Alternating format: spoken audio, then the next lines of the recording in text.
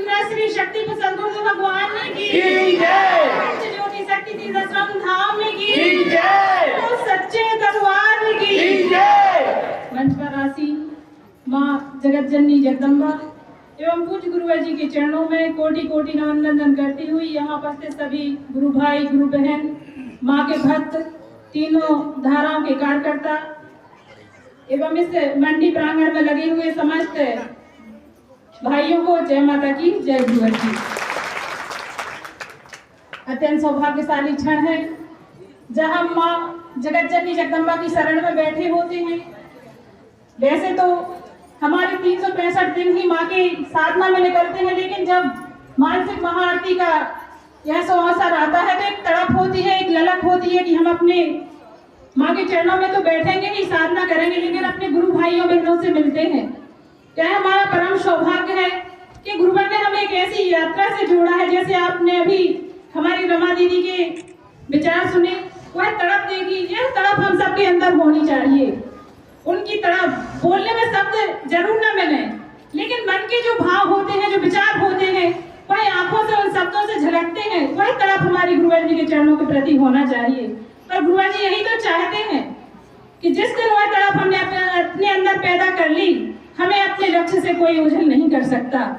और गुरुवर जी का जो लक्ष्य है समाज सुधार का, जिस दिन हमने उस लक्ष्य को अपना लक्ष्य बना लिया, गुरुवर जी के आदेश पर, एक आदेश पर हम खरे तभी उतरेंगे जब गुरुवर ने आदेश किया कि आप लोगों को यहाँ जाना है, यहाँ आपकी जरूरत है, तो एक विचार ना किए हुए हजारों की संख्या में हम वहाँ उपस्थित होने के लिए तत्पर हो जाएं, तब हम गुरुवर जी के सच्चे कहलाने के प्रदर्शित होते हैं अधिकारी।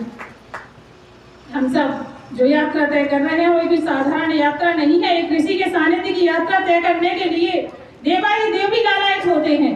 और जो ये परिवर्तन की यात्रा गुरुवर जी ने सौंपी है, यह कलिकाल की भाषा के वातावरण में जो यात्रा हम तय कर रहे हैं वो साधारण यात्रा नहीं है।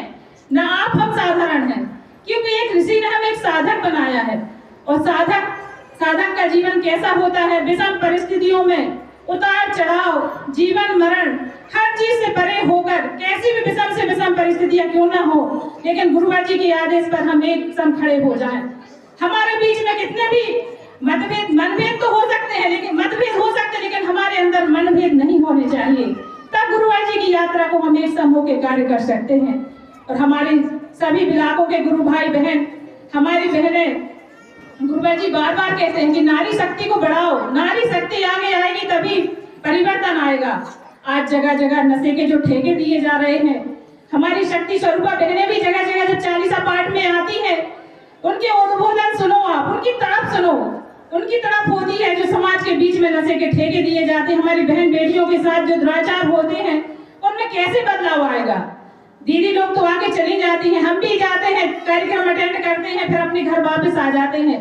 लेकिन जब तक हम उन चीजों को अपने अंदर धारण नहीं करेंगे, उन पर चलेंगे नहीं, तब तक परिवर्तन नहीं आएगा।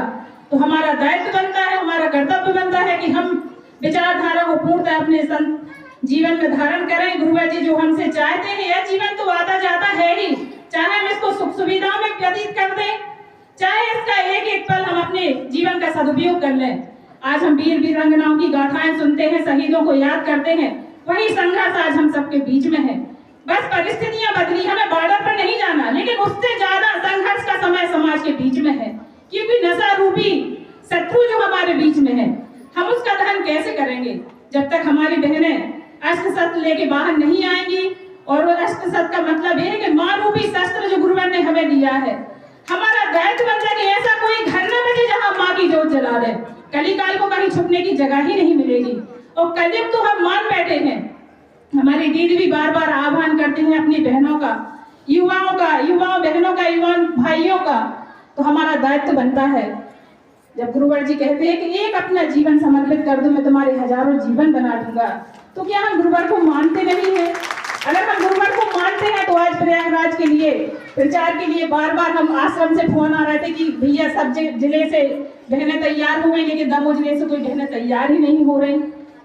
यह हमारे लिए तब बड़ा दुखित होता है कि जब हम जहाँ हजारों की संख्या में कार्य करने के लिए तत्पर होते, वहां से हम 10 बहनों को ना तैयार कर सकें।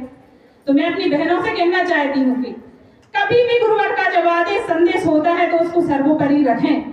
हमारा परिवार हर किसी का परिवार है, हमारे हर दायित्व में पूर्ण करने हैं। अगर हमारे घर परिवार के दायित्व में कोई शादी ब्याह आ जाए तो हमें लगता है भैया हम तो वहां जाएंगे, भले ही हमारा लड़ाई झगड़ा क्यों ना हो जाए, लेकिन हम उस शादी के लिए इतने लालच हो जाते हैं भैया हमारी इतनी पक्की रिश्तेदारी, वहां नहीं जाएंगे तो हमारा क्या होगा।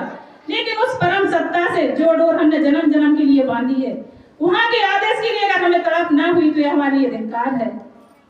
मैं सबसे कहना चाहती हूँ, जब गुरुवर जी हमसे जो गुरुवर ने लक्ष्य हमें दिया है उस पर हम अगर खड़े उतरना चाहते हैं तो बिना सोच समझ के, क्योंकि एक ऐसा मार्ग है जिस पर कभी हमें पतन नहीं होगा, आगे का हमारा उद्धार ही होगा। तो हम सब जब गुरुवर जी का आदेश होगा तो गुरुवर 10 बहनों को कहे तो हमारी 50 बहनें तैयार हों, तभी हम कहेंगे गुरु आज्ञा ही धर्म हमारा, गुरु आज्ञा ही कर्म हमारा।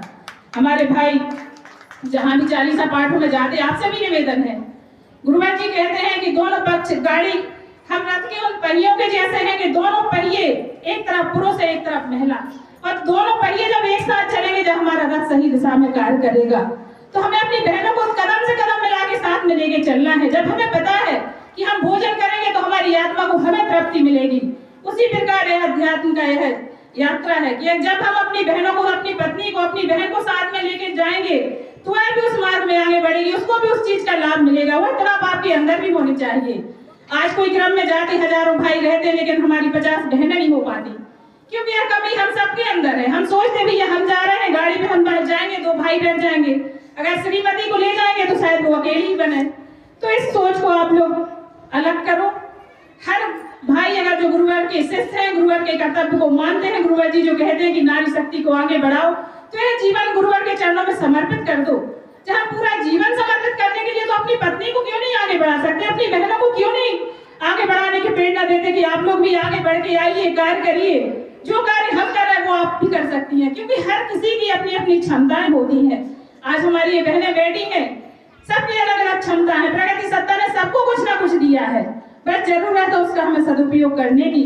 और इससे अच्छा संगठन, इससे अच्छा अवसर समाज में समर्पित करने के लिए, समाज सुधार के लिए हमें और दूसरा कोई मार्ग नहीं मिलेगा, जिसमें हम अपना आत्म कल्याण तो करेंगे ही, लेकिन हमारे द्वारा समाज का कल्याण होगा। गुरुवर ने हमें वह रास्ता दिया है कि आप अपना कल्याण करिए और समाज का कल्याण करिए। तो ऐसे मार्ग पर चलने के लिए हमें कहीं आवश्यकता ही नहीं भटकने की। लोग सोचते हैं हम कथा करेंगे, भागवत करेंगे, तीर्थ यात्रा के लिए जाएंगे, लेकिन गुरुवर ने कहा है चारों धाम तो आपके घर में ही उपस्थित हैं। गुरुवर जी की छवि अगर आपके घर में, माँ जगतजननी जगदम्बा की छवि आपके घर में, तो आपको कहीं भटकने की आवश्यकता है ही नहीं। तो हम सबको गुरुवर जी की विचारधारा को लेकर कार्य करना है।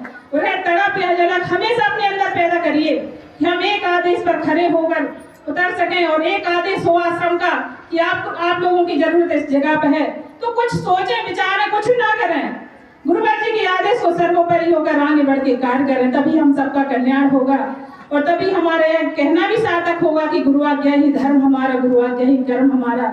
और बहुत अच्छा कार्य सब लोग कर रहे हैं, लेकिन जब कुछ ऐसा समय आता है और हम अपनी पूर्ति नहीं कर पाते तो लगता है कि आज हम हैं तो इतनी संख्या में, लेकिन जब गुरुवर जी कोई आदेश दे, वहां से आदेश हो कि भैया हमारा बहुत अच्छा जिला है दमोह जिला, वहाँ कहे तो आप वहां से कमी नहीं होगी, लेकिन हम उस पूर्ति को नहीं कर पाते तो लगता है।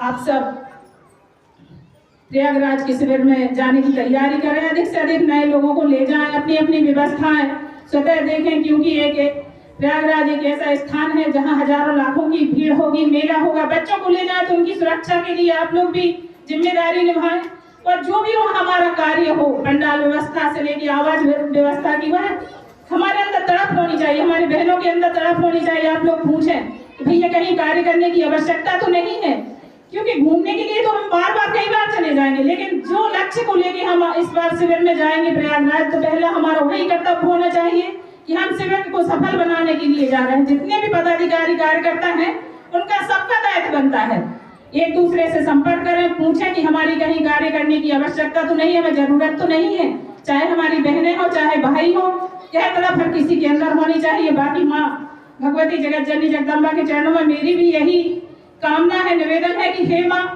वह शक्ति सामर्थ हम सभी बहनों के अंदर, भाइयों के अंदर दो कि हम इस कलिकाल की भयता को नष्ट करके जो लक्ष्य आपने दिया इस पर कार्य कर सके। इन शब्दों के साथ सभी के लिए जय माता की जय।